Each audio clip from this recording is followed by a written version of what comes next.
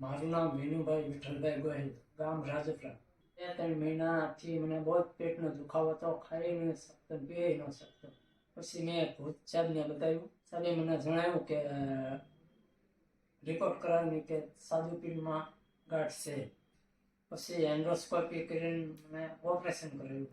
તેમાંથી 3 લીટર જેવો મને કચરો કાઢ્યો. અત્યારે હું ખાઈ પી શકું છું, પહેલાંની જેમ કામે કરી શકું છું, માત્ર 15 દિવસમાં. આપનો આભાર માનું છું.